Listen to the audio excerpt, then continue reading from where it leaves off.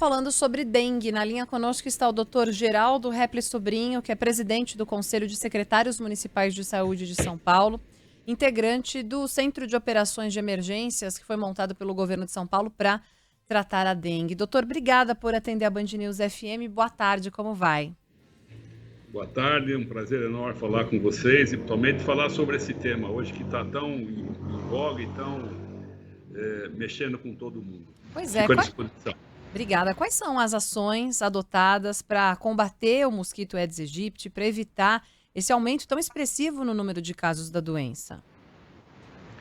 Então, hoje que nós pedimos e estamos contando bastante com a população, eu até posso falar que a população paulista tem aceitado o desafio e tem nos ajudado bastante. Hoje nós temos que tentar combater os focos do mosquito, né? E principalmente a gente tem que tentar eliminar a larva ou até que ele não chegue à fase adulta. E a melhor forma é que a gente limpe, não deixe água parada, que a gente, os vasinhos, qualquer lugar que possa ter uma poça d'água, pode ser um local em que a fêmea pode depositar seus ovos e dali nascer o mosquito. Então, neste momento, nós temos que tentar eliminar os focos do mosquito. Doutor Geraldo, o governo de São Paulo decidiu, portanto, decretar estado de emergência por causa da dengue. O Centro de Operações Emergenciais recomendou justamente essa medida depois do número de casos confirmados da doença ultrapassar aquele índice de 300 testes positivos para cada 100 mil habitantes. Mas para que a população, para que o ouvinte da Band News FM consiga entender, a partir de agora, quais mecanismos o Estado ganha no combate efetivo à doença a partir do decreto de emergência? Em que isso facilita a atuação das autoridades? Recentemente, o Ministério da Saúde, a ministra publicou uma resolução, uma portaria, em que ela lista várias ações que podem ser feitas a fim de que haja mais liberação de recursos. Você tem, com esse decreto de emergência, você tem uma facilidade, você diminui um pouco aquela burocracia de uma compra, você consegue fazer ações mais emergenciais num curto espaço de tempo. Então, basicamente, esse decreto de emergência, ele ajuda bastante em termos de resposta às ações que nós vamos fazer daqui para frente. Doutor, é só o combate a criadouros do mosquito, focos aí de proliferação do mosquito? A gente falava sobre essa conscientização, a visita dos agentes de porta a porta. Tem outras medidas que são adotadas também? E em relação ao atendimento a esses pacientes? A gente sabe que tem alguns quadros que evoluem para mais grave, precisam ser hospitalizadas essas pessoas. Como é que estão as ações nesse sentido? Então, o decreto, ele prevê várias ações, né, Débora? Uma delas é isso que nós já acabamos de falar, tentar a eliminação de focos, você fazer uma ação mais intensiva. A segunda ação é que a gente prepare a nossa rede para eventuais casos que estejam mais complicados, né? E a terceira, eventualmente, também previsto nessa situação de emergência, é compra de medicamentos e tudo que for necessário para o atendimento das pessoas. Então, é um conjunto de coisas que nós estamos tentando fazer, já estamos fazendo, né? A ideia é que a gente amplie. Por quê?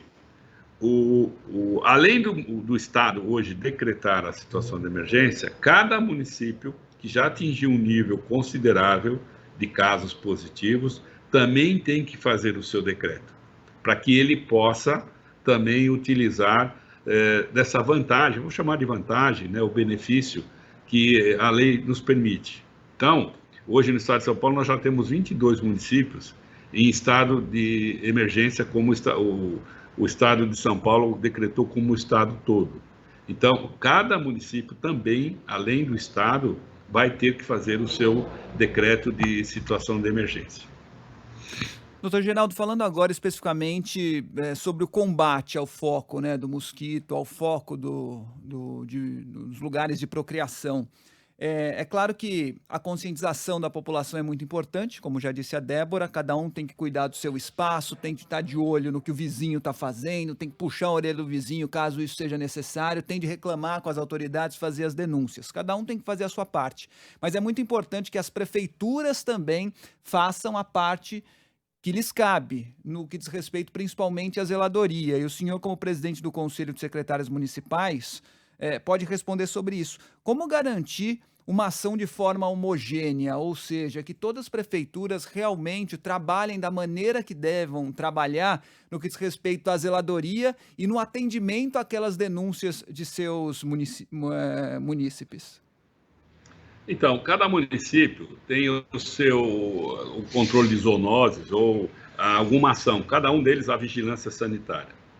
Cada denúncia que é feita, nós temos as equipes que estão na rua e essas equipes vão até os locais.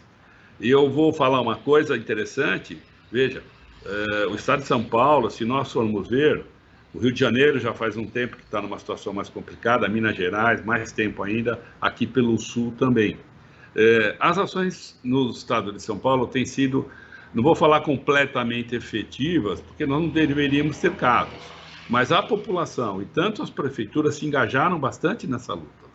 Essa luta contra o Aedes não é de agora, nós viemos fazendo isso o tempo todo. Então, o ano passado inteiro foram realizadas ações e continuam. A prefeitura tem, é importante que você falou, sobre a zeladoria, né? Aquela operação catatreco, vamos chamar assim. A gente vai na casa de uma pessoa que é um acumulador, por exemplo. Não adianta eu ir lá, tirar foco, tirar aquele material todo, e aí que entra a importância da prefeitura recolher esse material e fazer o descarte adequado, né? Como os nossos agentes. Os agentes hoje vão nas casas, eles batem nas casas, nas portas das casas, entram nas casas, de repente, se eles encontram uma caixa d'água aberta, nós temos em muitos lugares que nem a gente põe uma tela e fecha essa caixa. Encontramos focos, os agentes também têm o larvicida, você tem o larvicida, né? Então são várias ações. Por exemplo, eu sou secretário de São Bernardo do Campo. Hoje eu tenho na rua 1.000 pessoas fazendo o combate. Nós tiramos todo o pessoal de varrição, o pessoal de outras secretarias estão na rua conosco, junto com os nossos agentes, para que a gente aumente esse contingente. Mas, além disto, é importantíssima a participação da população, porque 80% dos focos estão dentro das nossas casas. Doutor, tem ouvinte perguntando sobre o repelente, a boa e velha pergunta em relação a qual é o melhor repelente para usar para tentar afastar o mosquito, né? A gente sabe que tem uma busca, uma demanda muito grande às farmácias, né? As pessoas procurando repelente, e aí tem de vários tipos. A nossa ouvinte quer saber se tem algum específico que é mais eficaz. Então, o repelente importante, quem puder, é utilizar, não tem a mínima dúvida. A diferença é assim, você precisa fazer um teste. Às vezes a pessoa é alérgica, ela pode fazer uma reação ao repelente. As grávidas e as crianças pequenas têm algumas restrições. Eles podem usar alguns tipos específicos de repelente, não é o comum. Então, essas duas categorias, vamos chamar assim, as crianças pequenas, bem pequenas, e as gestantes, têm que usar um tipo específico de repelente. O restante da população, qualquer repelente, desde que você não tenha nenhuma reação alérgica ao repelente.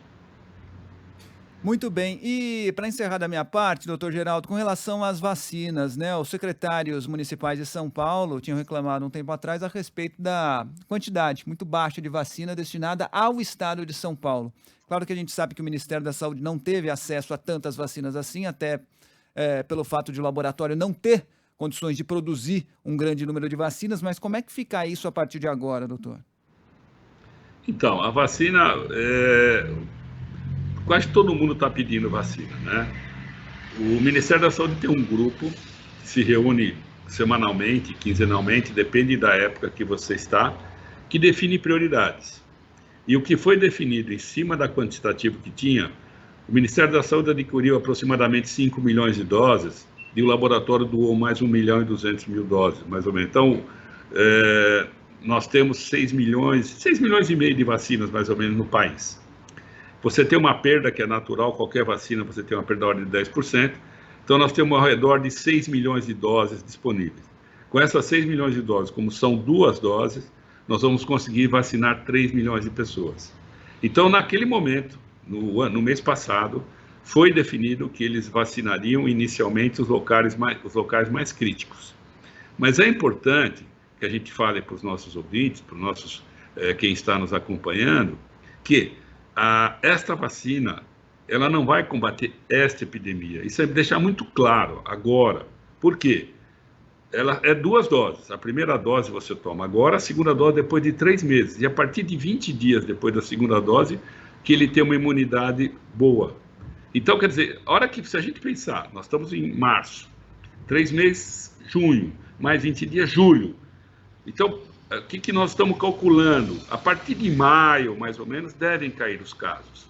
Então, esta vacina vai valer, a gente chama quase como um bloqueio mais para frente, para o ano que vem. E aí a nossa esperança é a vacina do Butantan. A vacina do Butantan ela é uma dose só, ela é bastante eficaz, nos testes já mostrou bastante eficiente, só que a gente ainda não vai ter a vacina do Butantan para este ano. Nós estamos calculando, esperando que a gente consiga a vacina do Butantan para o ano que vem. Neste momento, o que nós temos é combater o mosquito, combater a disseminação e, importante, se você apresentou qualquer sintoma, febre, dor, não se medique. Procure um local para atendimento para que você receba a orientação correta. Porque tem alguns medicamentos que podem até agravar o quadro, né? Quando a gente fala, por exemplo, do ibuprofeno, se eu não me engano, são aqueles medicamentos que não podem ser tomados em casos de suspeita de dengue. Doutor, para a gente encerrar, eu sei que não entra muito no escopo da Secretaria de Saúde, o senhor como secretário municipal de saúde de São Bernardo do Campo também pode dizer como que as conversas acontecem, por exemplo, entre a secretaria e outras áreas da prefeitura que são responsáveis por fazer essa fiscalização, porque tem muitos ouvintes que escrevem o seguinte, fazem a reclamação, entram em contato com as prefeituras fazendo denúncias, pedindo para que as equipes vão até um local que tem uma piscina que está descoberta, uma caixa d'água destampada, terrenos abandonados, ou o vizinho que não está tomando as ações dele. Eles fazem essas denúncias e a prefeitura simplesmente não aparece, dá prazos longos, não dá uma resposta, ou fala que vai fazer uma visita dali 30, 40, 60 dias. De que forma a Secretaria de Saúde tem acompanhado isso e como melhorar esse atendimento à população, já que é uma situação emergencial? Então, a maioria dos municípios, como o Estado criou o COI, a maioria dos municípios criou um COI ou criou um comitê para o combate à dengue. E isso é muito importante. Neste comitê, nós temos Defesa Civil, tem várias secretarias, praticamente todas as secretarias dos municípios e do Estado de São Paulo. Como nós vimos agora, na última reunião do COI do Estado, nós engajamos o Exército também. Então, nós estamos engajando o maior número de pessoas. Agora, as pessoas têm que entender assim, se a gente recebe uma denúncia, vamos supor, eu recebo uma denúncia, tem um foco numa determinada casa. Nós vamos até a casa, a prefeitura vai até a casa. Se a pessoa se recusa, nós temos que pedir uma ordem judicial. Então, não é nos eximindo do problema, o problema é nosso, sim, é de todos. Mas a gente não pode chegar a bater na porta de uma pessoa, entrar e arrombar a porta. Nós temos que pedir uma ordem judicial. E aí que às vezes a gente pode ter algum problema. Mas essas ordens têm saído rapidamente. A gente tem ido hoje, vamos supor, se eu for a alguma casa hoje, eu procuro o judiciário, praticamente no mesmo dia tem saído uma ordem. Não temos tido problema nesse sentido. Mas as pessoas têm que entender, a gente não pode entrar na casa das pessoas sem ordem, sem autorização delas. Agora, terrenos abertos, locais assim, nós fazemos fazer uma denúncia, a vigilância, inclusive, ela pode ir à casa das pessoas. Se a pessoa continuar se recusando, você pode até autuar. Mas nós só podemos entrar dentro da residência de alguém com uma autorização judicial. Muito bem, quero agradecer demais a participação do Dr. Geraldo Repre Sobrinho, é presidente do Conselho de Secretários Municipais de São Paulo, de Saúde de São Paulo, integrante do Centro de Operações de Emergências montado pelo governo para tratar assuntos relacionados à dengue. Doutor, obrigada pela gentileza de nos atender. Bom trabalho e até uma próxima. Obrigado a vocês e, pessoal, vamos nos cuidar. Nós precisamos de todo mundo juntos. Só todos unidos nós vamos vencer essa batalha. É isso. Obrigado, doutor.